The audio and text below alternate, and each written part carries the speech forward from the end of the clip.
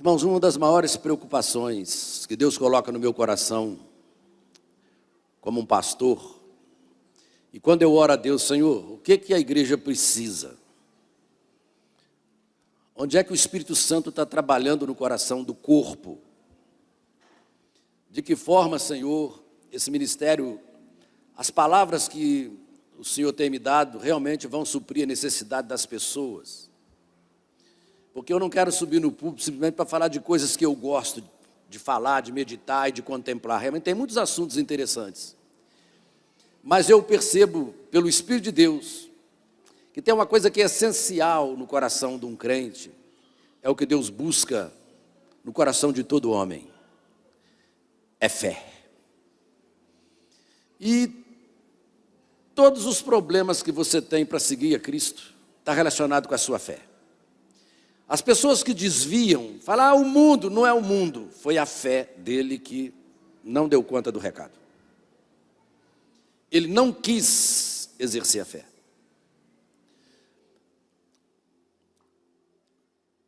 Nós falamos aqui quinta-feira que todos temos fé.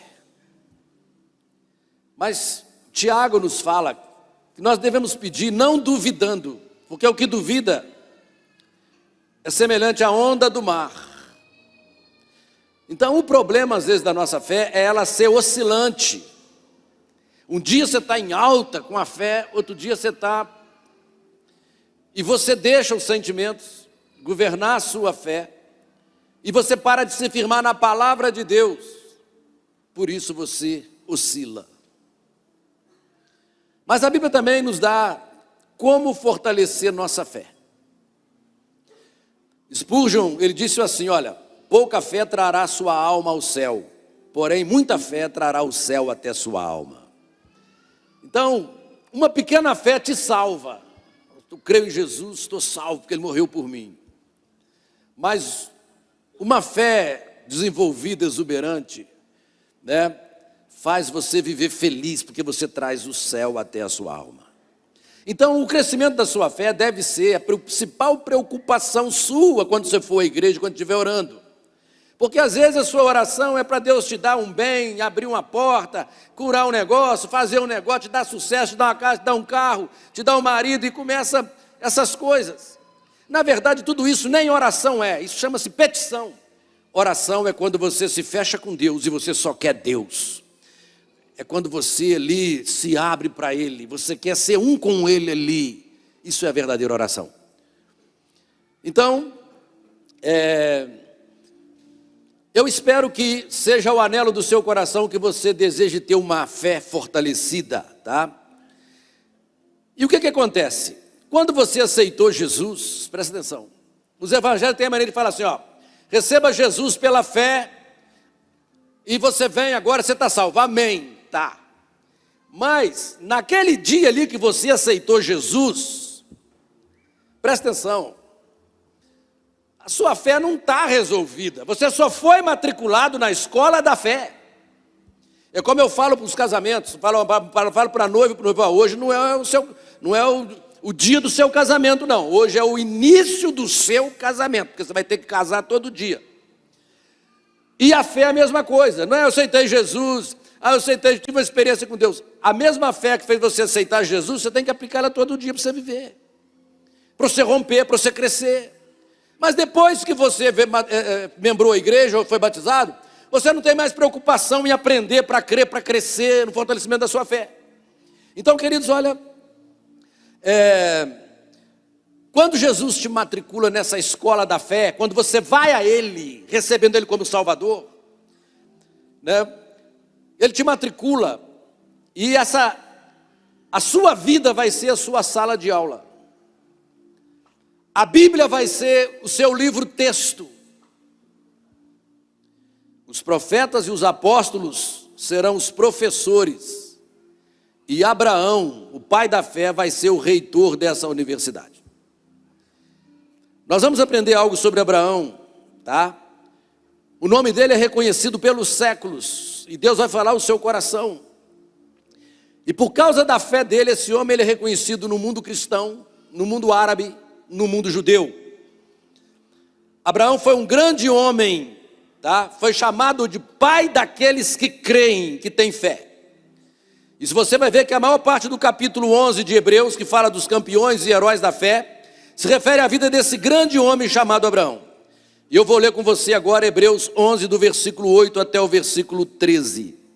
E eu quero que você medite comigo, porque tem um ensino muito poderoso de Deus para a nossa vida nessa noite. Diz assim: pela fé, Abraão, quando chamado, obedeceu, a fim de ir para um lugar que devia receber por herança, e partiu sem saber aonde ia. Pela fé, ele peregrinou na terra da promessa, como em terra alheia, habitando em tendas como Isaac e Jacó, que eram os seus filhos, herdeiros com ele da mesma promessa. Porque aguardava a cidade que tem fundamento, da qual Deus é o arquiteto e edificador. Pela fé, também a própria Sara recebeu o poder para ser mãe, não obstante o avançado de sua idade, pois teve por fiel aquele que lhe havia feito a promessa. Por isso também, de um, aliás, já amortecido, saiu uma posteridade tão numerosa como as estrelas do céu e inumerável como a areia que está na praia do mar. Todos estes morreram na fé, sem ter obtido as promessas, vendo-as, porém, de longe, e saudando-as, e confessando que eram estrangeiros e peregrinos sobre a terra. Em Romanos 4,11, o apóstolo Paulo diz assim: e recebeu o sinal da circuncisão como selo da justiça da fé, que teve quando ainda incircunciso, para vir a ser o pai de todos os que creem. Para vir a ser o pai de todos os que creem, embora não circuncidado, a fim de que lhes fosse imputada a justiça. Muitas vezes nós não conseguimos expressar a importância da fé na vida de uma pessoa. E muitas pessoas não dão valor a isso, não se atentam para isso. Eu não me refiro àquela fé que você precisa de algo acidental ou incidental na sua vida. Eu preciso de um milagre, de uma cura, eu preciso de uma fé para isso. Não, presta atenção, tá? Não a fé para receber uma bênção, tá? Uma cura, um livramento. Eu falo de uma fé que agrada a Deus, de uma fé que te faz andar com Deus. É diferente de um milagre que você quer receber ali, se aplica a fé naquele momento. Mas muitas pessoas só vivem para essa fé de suprimento imediato, de momentos de necessidade. Então, queridos, olha, Hebreus 11,6 diz: de fato, sem fé é impossível agradar a Deus, porquanto é necessário que aqueles que se aproximam de Deus creiam que Ele exista e que Ele é galardoador daqueles que o buscam, tá? Escute-me isso. Se você agrada a Deus, não importa a quem você desagrade. Presta atenção. Porém, se você desagrada a Deus, não importa a quem você agrada. E não há maneira de agradar a Deus sem fé. A fé é a marca do crente cristão verdadeiro. E se tivesse aqui milhares de pessoas sentindo dor, sofrimento, e tiver só uma com fé, Deus só vai olhar para que tem fé. E só vai operar na que tem fé, porque só a fé agrada a Deus. Muitas pessoas querem expressar a dor, o sofrimento para Deus, mas não preocupa em expressar sua confiança e sua fé ao Senhor, tá? Os seguidores de Jesus foram chamados de crentes antes de serem chamados cristãos. O nosso dever principal é crer, confiar no Senhor. João 6,29 diz: respondeu-lhe Jesus: a obra de Deus é esta, que creais naquele a que Ele enviou. O pecado maior não é assassinato, nem violação, nem roubo, nem corrupção ou tirania. O pecado maior é a incredulidade. Presta atenção. Porque se você tivesse um pouco de fé em Deus, e cresce em Deus, essa fé te impediria de fazer muita coisa que desagradaria a Deus. Então, quando o Espírito Santo veio ao mundo, né, a palavra diz assim, ó, ele veio convencer o homem do pecado, quando fala do pecado, porque não creem em Deus. Toda a obra do Espírito Santo era fazer o homem crer em Deus e na sua palavra. Então, a razão, porque os homens estão perdidos. E muitos crentes têm sido vacilantes, tá? E outras pessoas sendo perdidas e condenadas ao inferno, não é por pecados que estão cometendo, é porque a questão da fé, da confiança em Deus, não está funcionando, não existe. Em João 3,18 diz: quem nele crê não é julgado. O que não crê já está julgado, porquanto não crê no nome do unigênito Filho de Deus. Então, a incredulidade, presta atenção, é a fonte de todos os demais pecados. Essa fé vacilante é a fé, é a causa, presta atenção, dessa vida fraca, oscilante, indolente que você leva uma hora você vive a semana inteira no mundo e final de semana você está dentro da igreja buscando a Deus. Você a semana inteira vive com a cabeça só buscando o mundo, mas porque a sua fé oscila. Dependendo do lugar, ela está em alta. Se você mudar de lugar, a sua fé apaga. Dependendo de perto dos irmãos, aqui você está em alta em fé. Vai para o mundo perto dos amigos, colega de trabalho, os amigos lá, a sua fé vai lá embaixo, você vira uma pessoa comum. Então, tudo tem a ver com a sua fé. A vida cristã deve ser vivida por fé. Hebreus 10:38 diz: todavia o meu justo viverá pela fé, e se ele retroceder, a minha alma não tem prazer nele.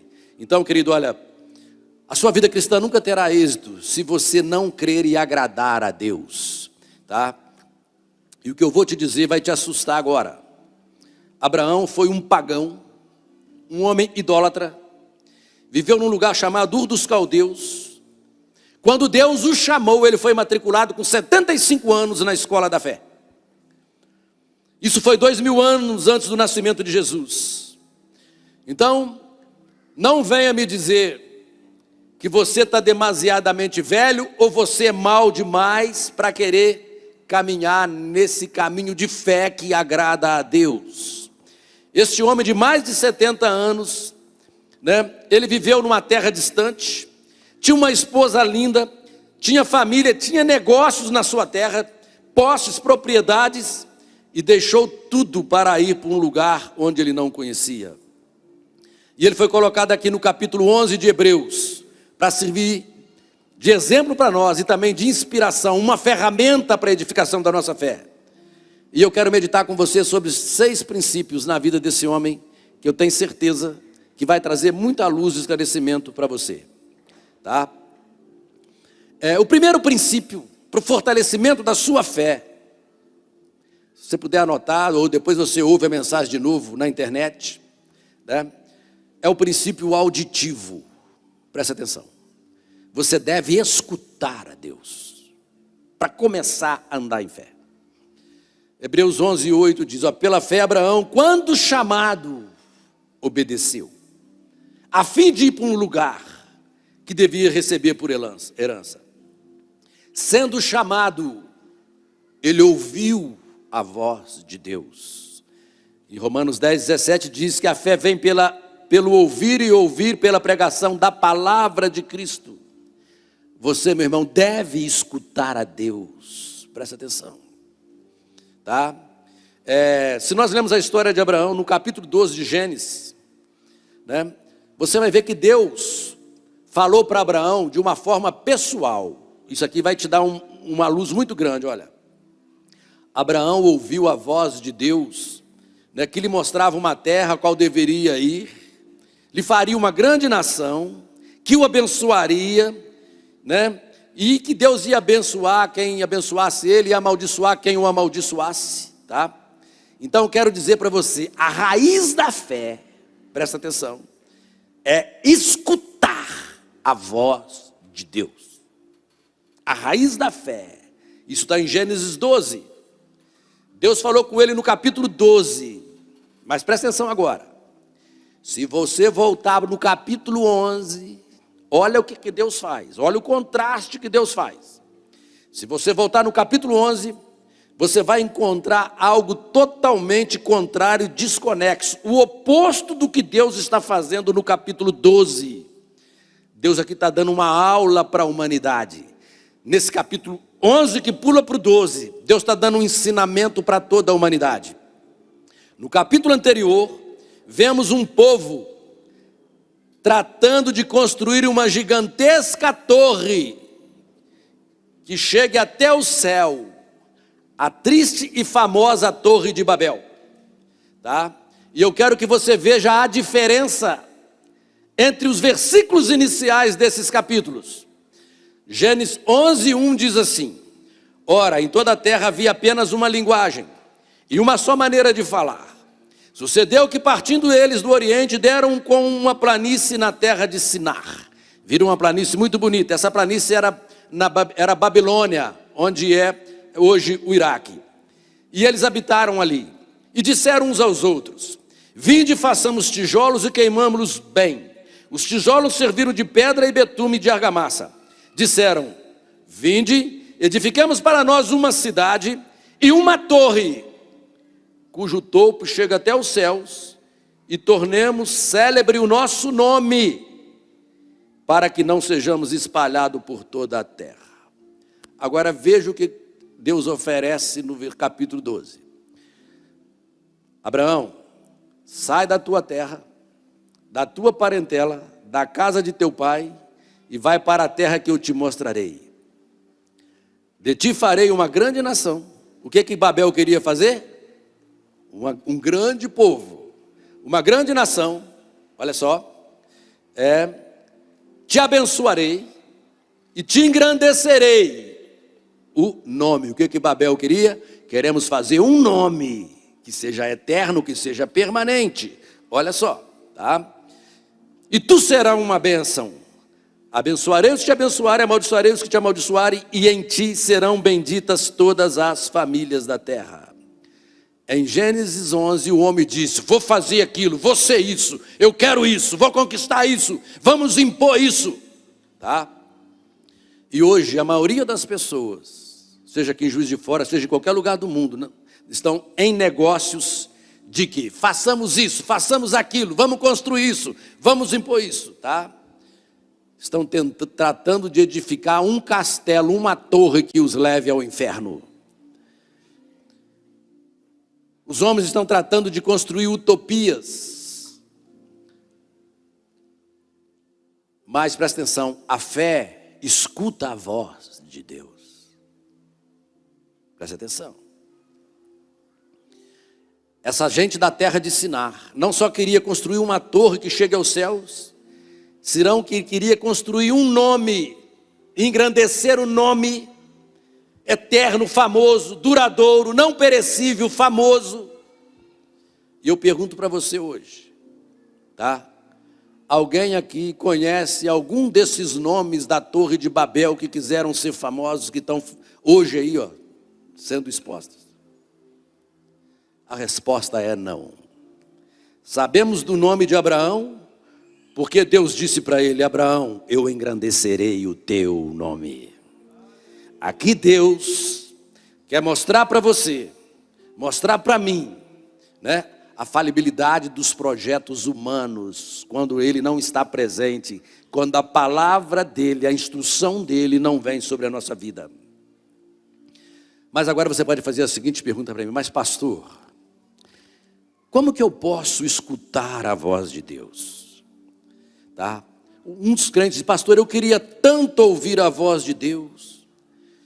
Como eu posso, eu, um simples mortal, dizer qual é a vontade de Deus e, portanto, eu crer em Deus, pastor? Então, muitas vezes em nossas orações, né, pessoas oram assim: Senhor, se é a tua vontade, faça isso, tá? Pode ser que você tenha orado assim algumas vezes você orou assim. Outros: Senhor, se é a tua vontade, isso, faça isso. Olha, se é a tua vontade, faça aquilo. Se é a tua vontade, cura-me, Senhor. Senhor, se é a tua vontade, me ensina o que fazer. Presta atenção, irmão.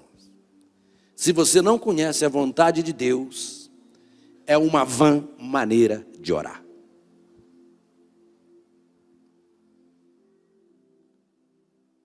Não é a melhor maneira de orar. A melhor maneira de você orar é dizendo: Senhor, esta é a tua vontade, eu te agradeço por ela e eu vou permanecer nela. Presta atenção. Cuidado com os enganos do teu coração, que faz você se sentir espiritual, mas no fundo você está num buraco que você nem sai do lugar. Em 1 João 5,14 diz: olha, esta é a confiança que temos nele, que se pedirmos algo conforme a sua vontade, ele nos ouve. Então João está dizendo que precisamos saber a vontade de Deus, sim. Então, queridos, olha, você tem confiança para dizer: Senhor, essa é a tua vontade, eu confio nela, Senhor. E eu diria que tem muitas pessoas aqui hoje que sabem qual é a vontade de Deus, mas não querem confiar nessa vontade. Estão dando o seu jeitinho. Então presta atenção. Aí está presente uma grande fé, né? Senhor, essa é a tua vontade, eu confio nela. A fé não trata do produto de adivinhar a vontade de Deus. Você sabe qual é, porque se você sabe qual é a vontade, você sabe perseverar, você sabe esperar. Então, queridos, pastor, então como podemos escutar a voz de Deus? Vamos admitir que realmente Abraão escutou a voz de Deus de uma maneira como nenhum de nós escutamos. Diz lá em Gênesis 12:7, Deus apareceu a Abraão e o falou, apareceu como anjo do Senhor. Diz assim: apareceu o Senhor a Abraão e lhe disse: darei a tua descendência a essa terra. Ali edificou Abraão um altar ao Senhor que lhe aparecera. Presta atenção. Diz que o Senhor apareceu a ele, falou com ele. Guarda isso aí. Deus nunca apareceu dessa maneira para você ou para mim. Nem com Moisés foi assim. Moisés estava lá no deserto, de repente Deus fez um sinal lá de uma sarça, ardendo e queimando. Aí ele viu aquilo e escutou a voz de Deus. Presta atenção. Abraão só escutou a voz de Deus, não teve nenhum sinal. Tá? Então, queridos, olha, você também nunca viu sarça. Quando Deus fala com Paulo no caminho, primeiro, no meio-dia, ele vê um sol, um clarão, joga ele para o chão, ele cai, aí ele grita, aí o Senhor fala com ele: Saulo, Saulo, por que me persegues? Presta atenção.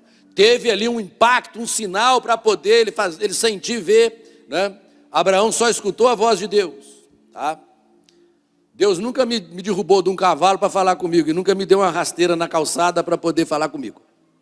Então, Simão Pedro precisava ouvir a voz de Deus, estava orando, Deus teve que mandar um lençol, ele ficou pensativo, ele viu aquilo, aí isso: Pedro, vai com eles, não deixe de ir, não considere impuro aquilo que eu purifiquei. Essas coisas que aconteceram, tanto a Abraão, como a Moisés, Paulo e Pedro, não é a norma para nós hoje em dia. Presta atenção. Mas muitas pessoas esperam isso para ouvir a voz de Deus. Pastor, então quer dizer que o senhor está me dizendo que não podemos escutar a voz de Deus? Eu não estou dizendo isso. Então significa que nós somos menos do que eles? Não. Pelo contrário, significa que você é mais do que eles. Nós temos menos vantagem que eles? Não. Hoje nós temos mais e maiores vantagens que eles para ouvir a voz de Deus. Hebreus 1:1. Vamos colocar nossa mente na palavra de Deus.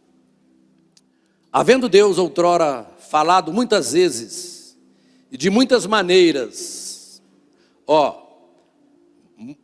muitas vezes, de muitas maneiras, através de anjos, teofanias, sonhos, pelos profetas também, nesses últimos dias, nos falou pelo Filho. Fala assim: o que eu preciso saber, fala, o Filho já falou. Nos falou pelo Filho. Presta atenção. A quem constitui o herdeiro de todas as coisas, pelo qual também fez o universo. Não falou através de profetas, nem de sarças ardentes, nem de cavalo rinchando ou caindo, nem de uma expressão angelical. Nos falou diretamente pelo Filho, na forma humana e da forma como podemos escutar. Presta atenção. A Bíblia diz que nós temos 3 coisas como crentes: a palavra escrita de Deus, a mente de Cristo e a guia do Espírito Santo, porque Ele nos guiaria toda a verdade e nos ensinaria todas as coisas. A palavra escrita, a mente de Cristo e a guia do Espírito Santo. Isso não te faz menor que as pessoas do Antigo Testamento, e isso te dá uma grande vantagem que eles não tinham. Essas pessoas do Velho Testamento, antes de ter as Escrituras, antes de saber o que sabemos pelo Espírito Santo que mora em nós, né? Eles buscavam a Deus esperando manifestações, esperar uma revelação, e levava anos entre uma coisa e outra. Mas hoje você tem o Espírito Santo ministrando no seu coração todos os dias, todas as horas. Você tem a palavra de Deus sendo revelada, pregada a todo tempo. Você não tem que esperar. Você tem a mente de Cristo em você. Você tem o Espírito que habita em você. A qualquer momento você pode abrir a Bíblia e escutar a inspirada palavra de Deus. Você não deve perder essa oportunidade. Assim que você recebeu Jesus, você nasceu de novo e recebeu o que a Bíblia chama de a mente de Cristo. 1 Coríntios 2,14 diz assim: ora, o homem natural não aceita as coisas do Espírito de Deus, porque eles são loucuras, e não pode entendê-las porque elas se discernem espiritualmente. Porém, o homem espiritual julga todas as coisas, mas ele mesmo não é julgado por ninguém. Pois quem conheceu a mente do Senhor que o possa instruir? Quem pode instruir a um crente que tem a mente do Senhor, que tem o Espírito Santo? Ele diz: nós, porém, temos a mente de Cristo. Você nunca mais diga que Deus não fala com você. Presta atenção. Não considere isso pouco, como coisa rasteira. Nós temos a escrita inspirada e infalível palavra de Deus, e essa palavra nos diz que nós temos a mente de Cristo. Como eu posso conhecer a vontade de Deus? Meu amigo, quando o meu coração está limpo, a minha motivação é transparente. E eu caminho no Espírito.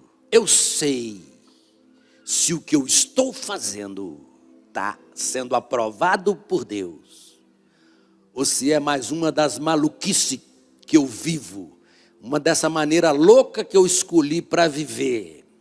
Não tem um crente no mundo, não existe nem aqui dentro, nenhuma pessoa que está fazendo qualquer coisa que não sabe lá dentro do seu coração se aquilo está agradando a Deus ou se não está agradando. Todos sabem, até uma criança sabe, filho do crente que foi ensinado na palavra de Deus. É porque nós nos fazemos como loucos, como Davi disse: procedi muito loucamente, Senhor, mas lá no fundo nós sabemos. Você, e pelo fato de você ter sido salvo, ter o Espírito Santo em você, você vai ter muito mais sensibilidade ao pecado do que o ímpio. E você vai perceber isso na sua vida. Você sabe que o que está fazendo não está agradando a Deus, porque você tem a mente de Cristo. Então, eu quero dizer para você, tá? você pode com toda certeza assumir, tá?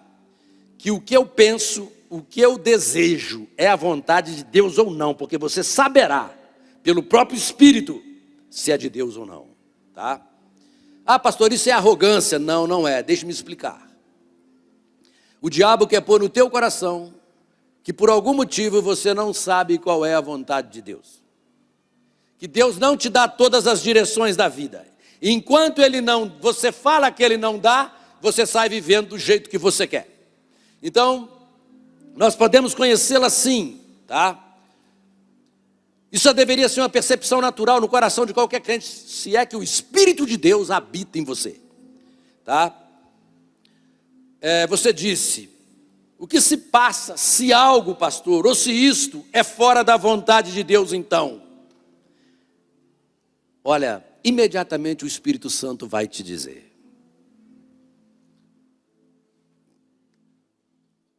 Quando você, obstinadamente, decidir ir a algum lugar, ou fazer algo que não agradar a Deus, antes de você ir, várias vezes você será interceptado dentro do seu coração, dentro da sua mente, da sua razão, que não é para lá que você deve ir.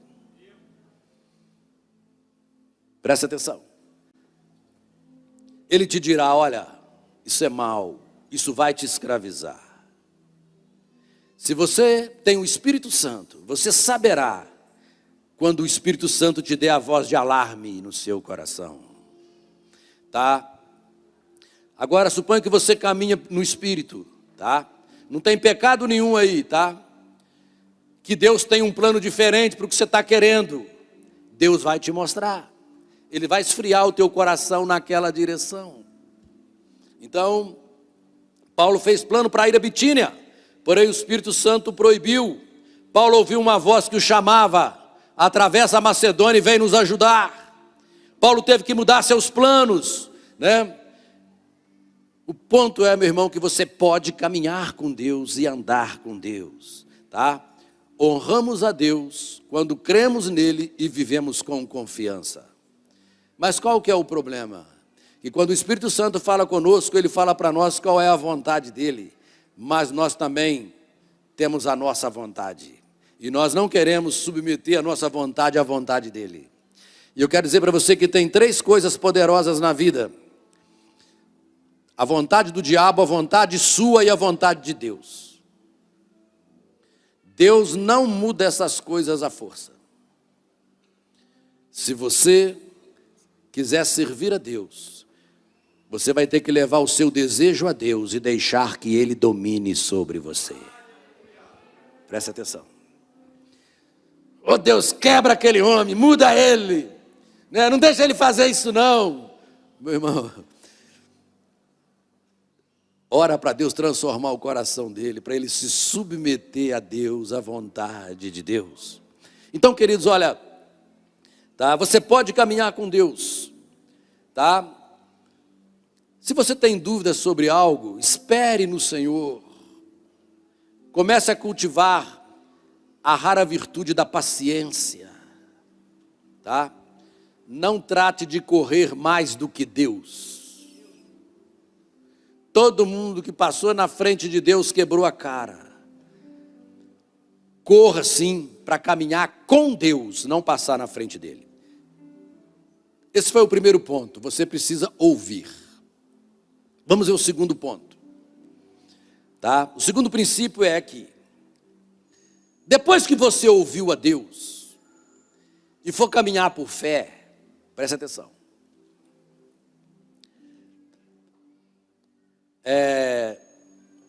Você vai correr riscos.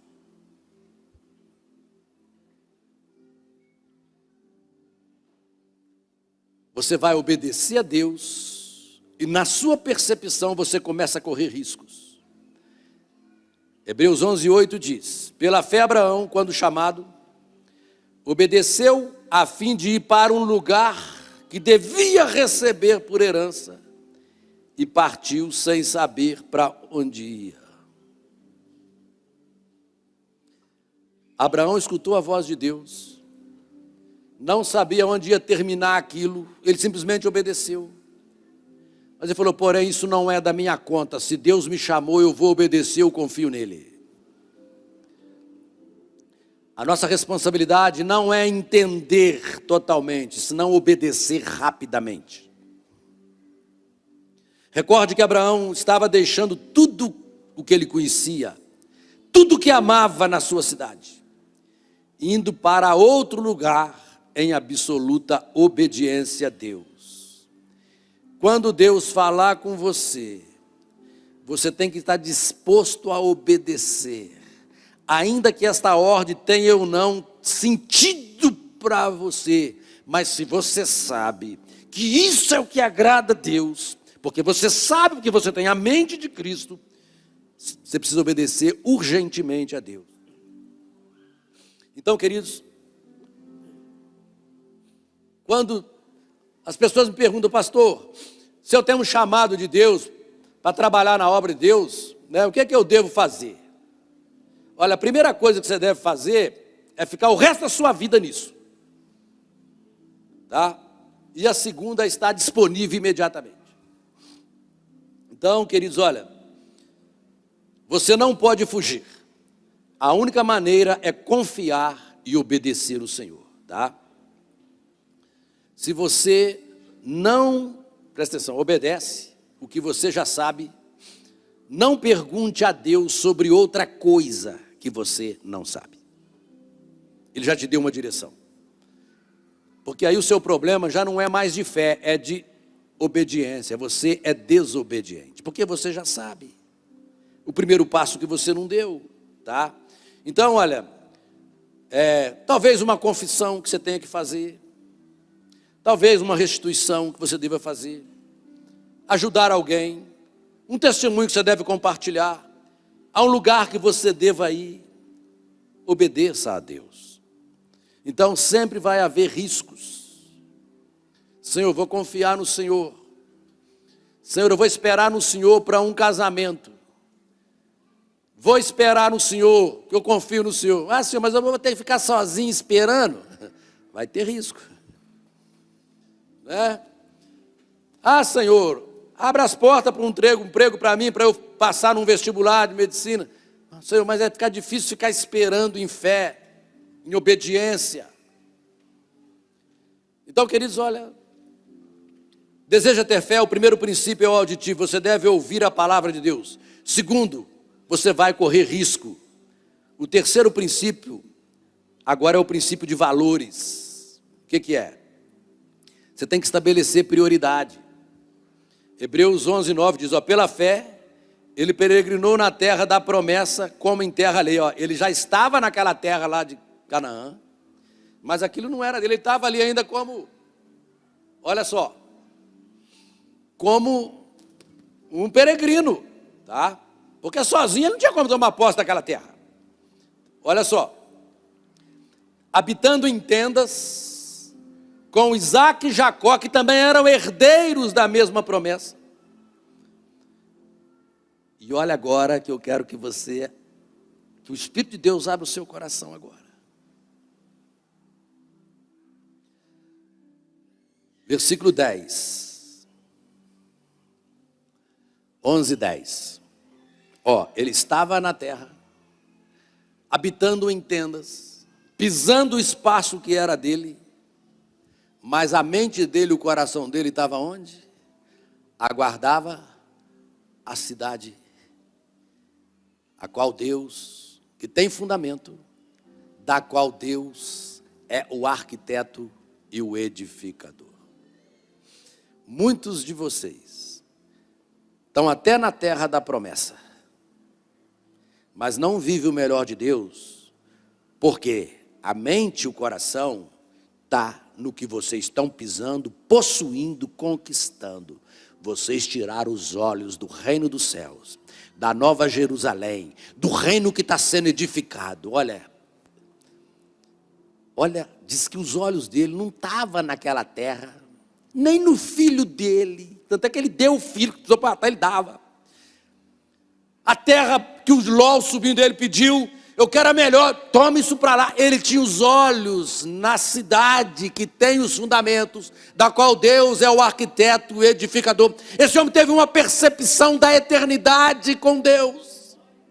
E tem muitos crentes na igreja que estão de olhos nas coisas do mundo, que o mundo pode dar, conquistar. Não tem olhos no reino, na volta do Senhor, na eternidade.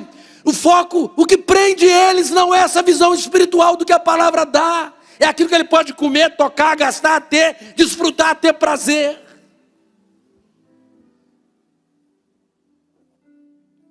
Ele era um estrangeiro no seu lugar. É quando você sabe, olha, eu estou aqui, essa casa não é minha, os filhos não são meus, são do Senhor, daqui não é meu lugar, né? Eu estou de olho na cidade eterna, na volta de Jesus, na minha união com Ele. Eu quero servi-lo, esse é o meu foco, eu quero estar lá. Olha, esse Abraão já via isso, irmãos, há 2000 anos antes de Jesus vir ao mundo.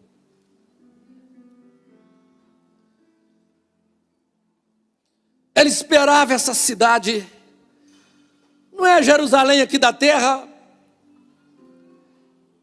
viveu debaixo de cabana. Quando ele parava, ele não aprofundava as estacas da cabana, porque ele precisava arrancar para sair de novo, vivendo na terra que era dele. Então, Deus estava ensinando através dele, nós não firmarmos estacas nessa terra, que tire o nosso coração, que faz nós tirarmos os olhos das coisas de Deus.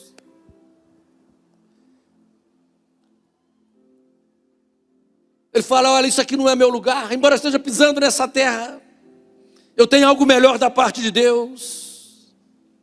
Só estou de passagem aqui.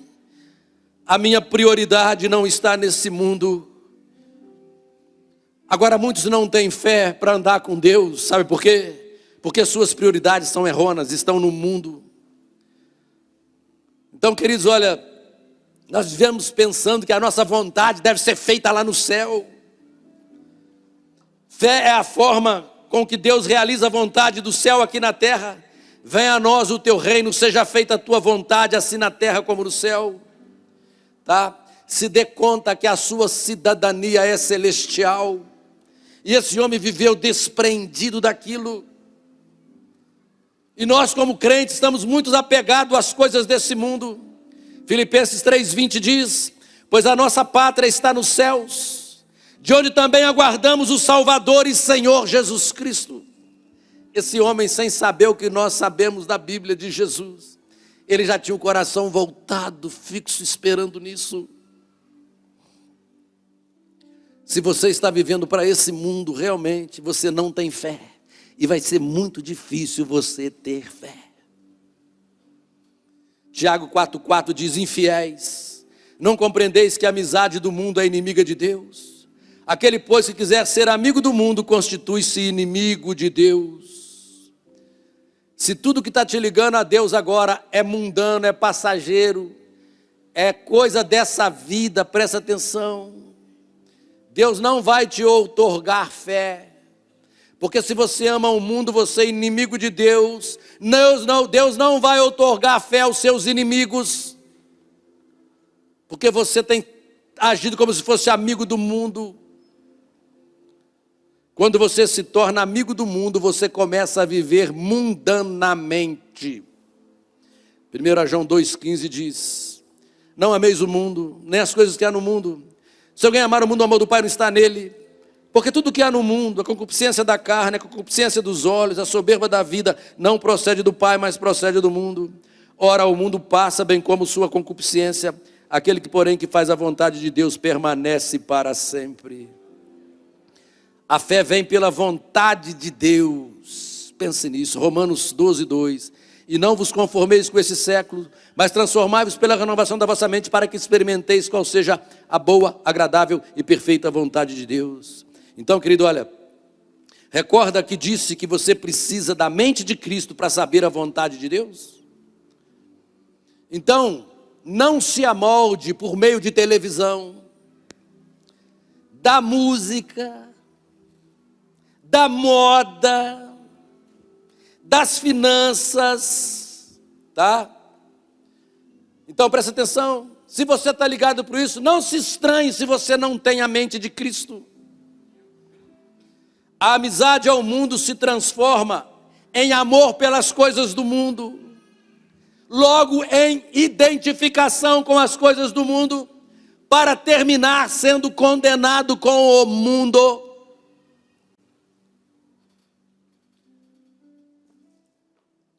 É muito comum a gente ver muitas irmãs crentes vestindo como mundanas,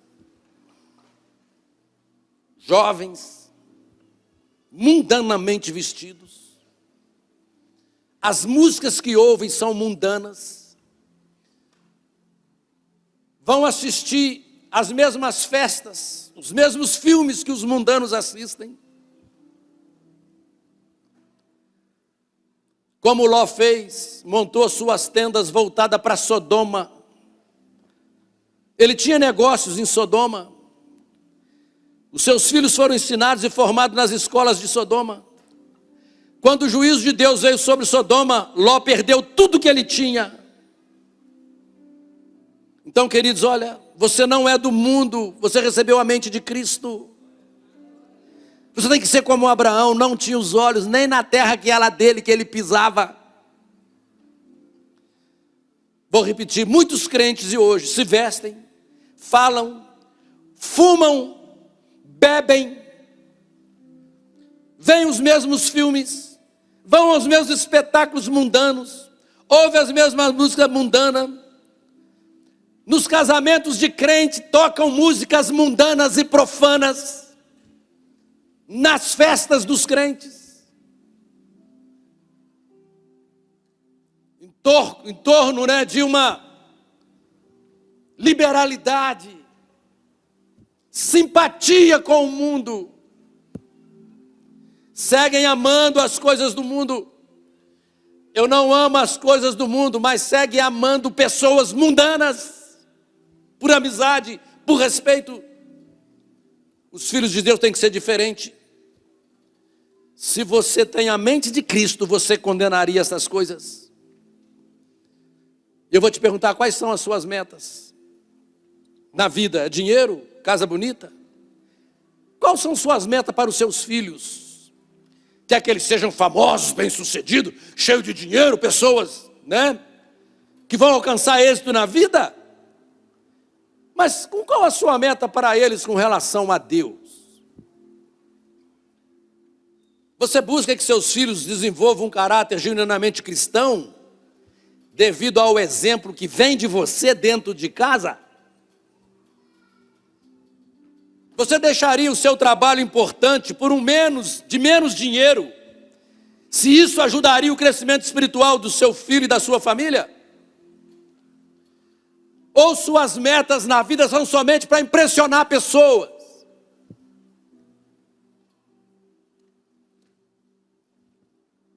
Em companhia de quem você gostaria de estar?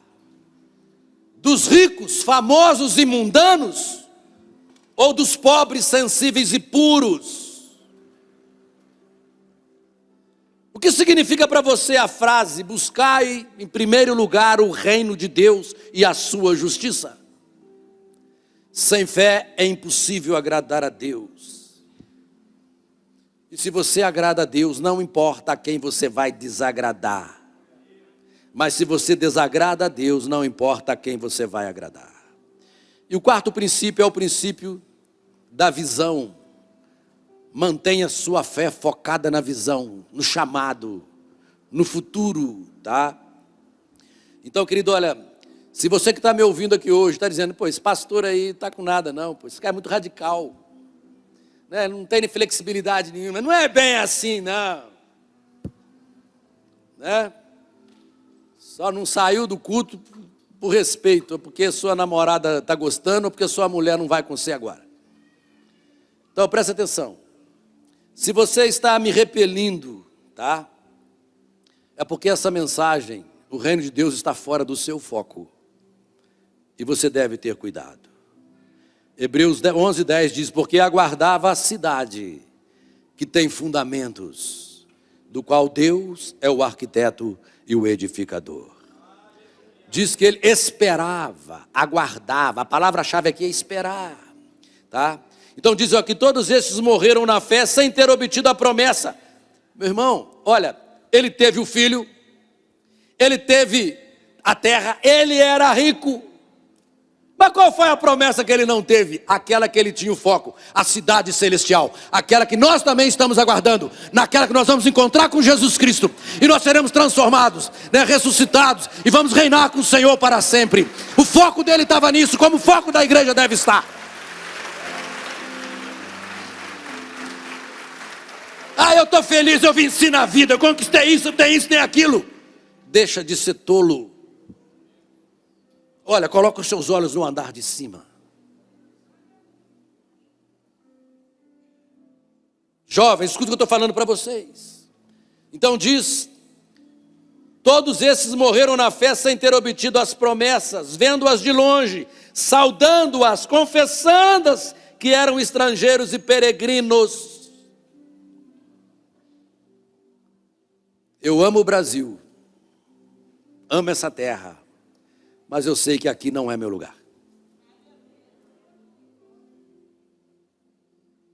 É o melhor país do mundo. Esse princípio da visão é mirando, olhando, saudando, confessando: eu sou estrangeiro, eu sou estrangeiro, eu sou estrangeiro. Se você for mundano, é fácil você perder o foco sobre os valores corretos. Colossenses 3:1 diz: portanto, se fostes ressuscitados juntamente com Cristo, buscai as coisas, pensai nas coisas lá do alto, onde Cristo vive assentado à direita de Deus.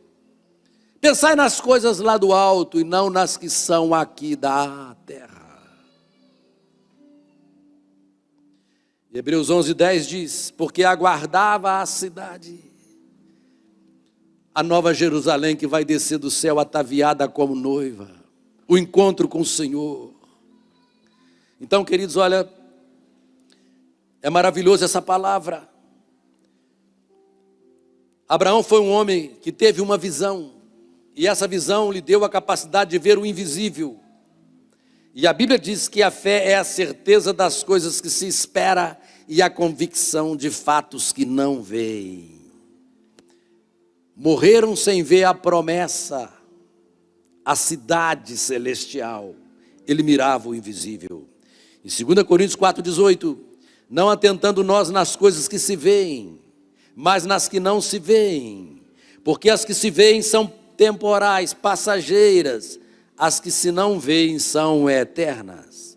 A fé vê o invisível, a fé conhece o desconhecido, a fé faz possível o impossível. Então, queridos, olha, os homens de fé viram o reino de Deus, um reino que está invisível para os que não têm fé. E o quinto ponto, quinto princípio, é o da vigilância. O diabo fará tudo contra a sua fé. Hebreus 11:11, pela fé também, própria Sara recebeu o poder para ser mãe, não obstante avançado de sua idade, pois teve por fiel aquele que lhe havia feito a promessa. Aliança com Deus, de se separar do mundo. Honra um servo de Deus que anda em obediência na terra, que está dando testemunho de Jesus. A vida desse homem para você não serve para nada. A vida daqueles ímpios mundanos lá é o que te traz cobiça nos olhos. Seus olhos estão aonde? Sua visão está aonde? Calma, cuidado. O tempo da sua vida só está passando e a qualquer momento ela pode murchar.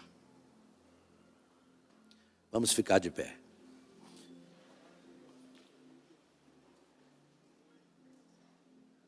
Ouvir a palavra, correr riscos. Vai ser difícil. Vai ter que abrir mão de coisas. Às vezes vai entrar na solidão.